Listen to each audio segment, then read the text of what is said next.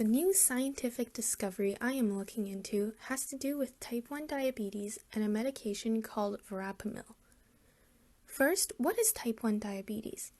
Type 1 diabetes is much less common than type 2 diabetes, which you may have heard often. In fact, on average, only 1 in 21 people with diabetes have type 1.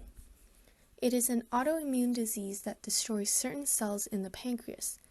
These cells are called pancreatic beta cells, and they produce the hormone insulin, which allows your body to use the sugars you consume. No, not the delicious sugars, but the sugar called glucose that is in carbohydrates. Currently, an individual with type 1 diabetes must have insulin injected into their body to control blood sugar levels.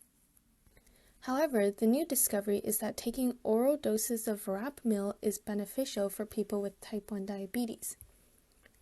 Verapamil is a medication normally used to treat high blood pressure and other heart diseases. In this case, it helps the individual's body produce more insulin than it would naturally, reducing the need for insulin injections. This was discovered using a technology called liquid chromatography tandem mass spectrometry.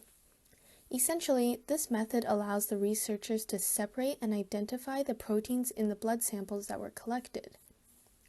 One particular protein was studied during the process and observed to have been altered the most by Verapamil.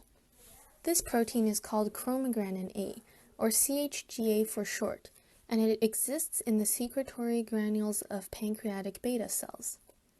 Remember, these beta cells are what produce insulin for the body. Higher levels of chromogranin A are linked to decreased levels of insulin production, and interestingly enough, this is the case for patients with type 1 diabetes. However, this is where the Verapamil comes in. In individuals who took oral Verapamil on a consistent basis, their chromogranin A levels were reduced and regulated to the normal amount. This in turn helped the body produce more insulin naturally. During the study, many other proteins associated with type 1 diabetes were also found to have been altered positively. This discovery may be the first step in creating a long-term oral treatment for type 1 diabetes.